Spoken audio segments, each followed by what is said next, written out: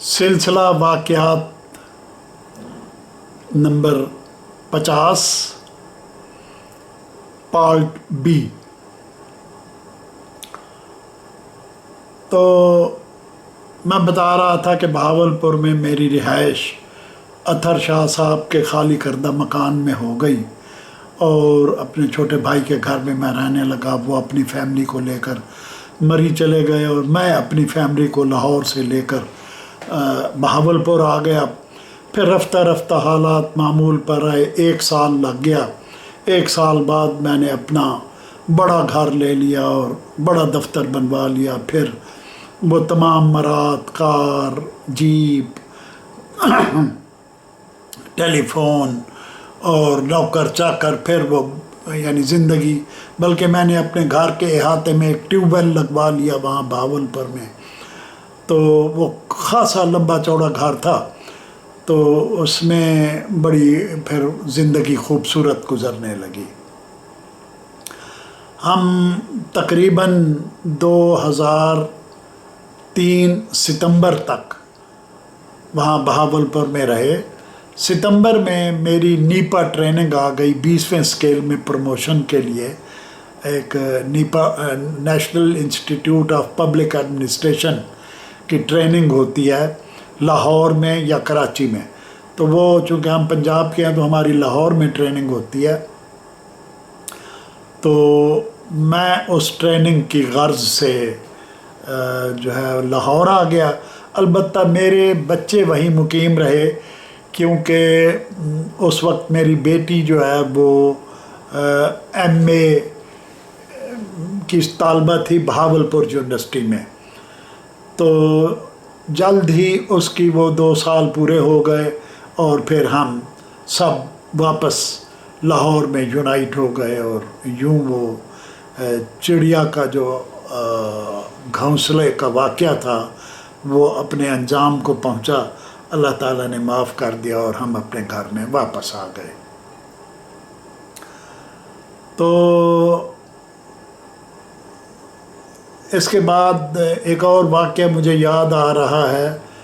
جب ہم بہاولپور میں تھے اور میرا بیٹا عاصم اور اس کی بیوی محور اپنے 2 بچوں پیکر اور سائم کا نام اس وقت رہبر حسین تھا، تو سائم، پیکر اور رہبر کے ساتھ لاہور والے گھر میں رہتے تھے، اوپر والی منزل پر، اور نیچے والی منزل پر میرے کا کزن مسعود احمد بخاری اور ان کی بیوی ریحانہ اور ان کے بچے مقیم تھے۔ تو ایک دن جو ہے محور دونوں بچوں کو ایک پانی کے ٹب میں بٹھا کے تو اپنے کام کاج میں کچن میں مصروف ہو گئی۔ وہ دونوں بچے جو ہے وہ پھنسا کے اس ٹب میں بیٹھے تھے۔ وہ ٹب تقریباً 1 فٹ گہرا تھا اور اس میں پانی بھی تقریباً 1.25 فٹ پانی، 8-9 انچ پانی ہوگا۔ رہبر یعنی سائم کی عمر اس وقت 6 ماہ تھی۔ کسی وقت پیکر اٹھ کے کھڑا ہو گیا اور وہ جو سائم ہے وہ 6 ماہ بھی نہیں ہو سکتا، 4 ماہ کا ہو، وہ کسی طرح پھسل کر اس پانی کے اندر گر گیا۔ پانی کے اندر گرا اور کسی کو پتہ بھی نہیں ہے، وہ پانی میں ڈوب گیا اور اس کے پیٹ میں، ناک میں، کان میں سارا پانی چلا گیا۔ محور نے جب دیکھا کہ پیکر اندر کمرے میں آیا پھرتا ہے تو وہ بھاگ کر گئی اور اس نے دیکھا کہ اس کا بیٹا جو ہے وہ ٹب میں ڈوبا پڑا ہے اور پانی کے اندر ہے۔ وہ اس نے فٹافٹ اس بچے کو اٹھایا اور حواس باختہ سی ہو کر نیچے بھاگی اپنا آنٹی کے پاس، آنٹی ریحانہ کے پاس، اور اس نے ان کو بتایا کہ یہ دیکھیں میرا بچہ کیا ہو گیا ہے، اسے یہ تو بے ہوش ہے۔ تو انہوں نے فٹافٹ اس کو الٹا لٹا کر اس کے ناک، منہ سے، پیٹ سے پانی نکالا اور اس کو کافی دیر بعد پھر ہوش میں لے آئے۔ تو یہ اس دوران یعنی پھر اس کے بعد وہ محور بہت ہی دل برداشتہ ہو گئی اس واقعے کے بعد، تو ہر وقت وہ خوف زدہ رہنے لگ گئی اس گھر سے۔ عاصم نے اس کا دل بہلانے کے لیے ہمارے پاس اسے بہاولپور بھیج دیا دونوں بچوں کے ساتھ جہاں آ کے وہ پھر اس واقعے کا گہرا اثر اس کے دماغ سے کچھ عرصے بعد اتر گیا اور وہ نارمل ہو کر واپس چلی گئی۔ اس دوران بہاولپور میں ایک اور واقعہ بھی پیش آیا کہ میرے ایک بہت پیارے دوست جن کا میں نے اس کہانی کے شروع میں ذکر کیا، محمد صدیق کیٹو عرف کیٹو، جو اسلام آباد کے سیکٹر G72 میں جن کے گھر میں بھی میں رہتا تھا اور جن سے میرے بہت ہی پیارے دوستانے تھے، تو انہوں نے ان کی کسی وقت پوسٹنگ ہوئی آذربائیجان میں۔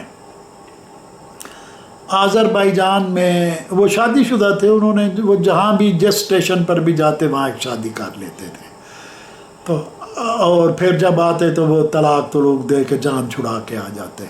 آذربائیجان میں اسی طرح ایک شادی شدہ عورت دلشاد خاتون سے اس کا رابطہ ہوا، اور ٹیلی فون پر رابطہ ہوا، اور آہستہ رفتہ وہ جناب دونوں، حالانکہ وہ شادی شدہ تھی اور اس کے 2 بچے تھے، ایک بچے کا نام علی، بیٹے کا نام علی تھا، اور وہ ہوگا کوئی 12-13 برس کا، اور بیٹی کا نام دلشاد، بیٹی کا نام تھا وفا، خاتون کا نام دلشاد تھا۔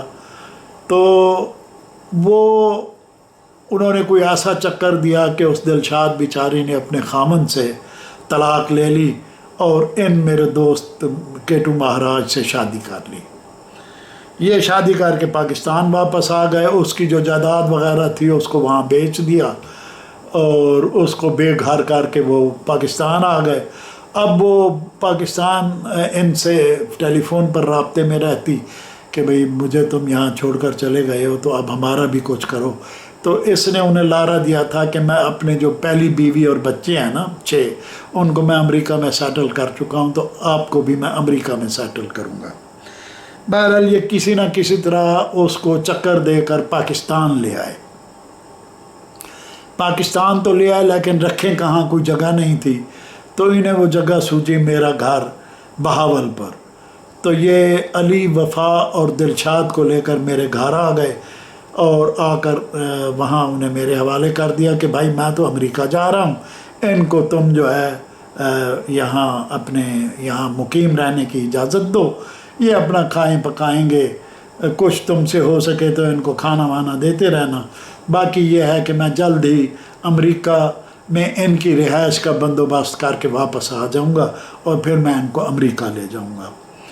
تو وہ دونوں بچے ہم سے بے حد مانوس ہو گئے میرے بچوں سے، اور وہ بالکل ہمیں اپنے بچوں کی طرح پیارے، بہت ہی خوبصورت بچے تھے علی اور وفا۔ تو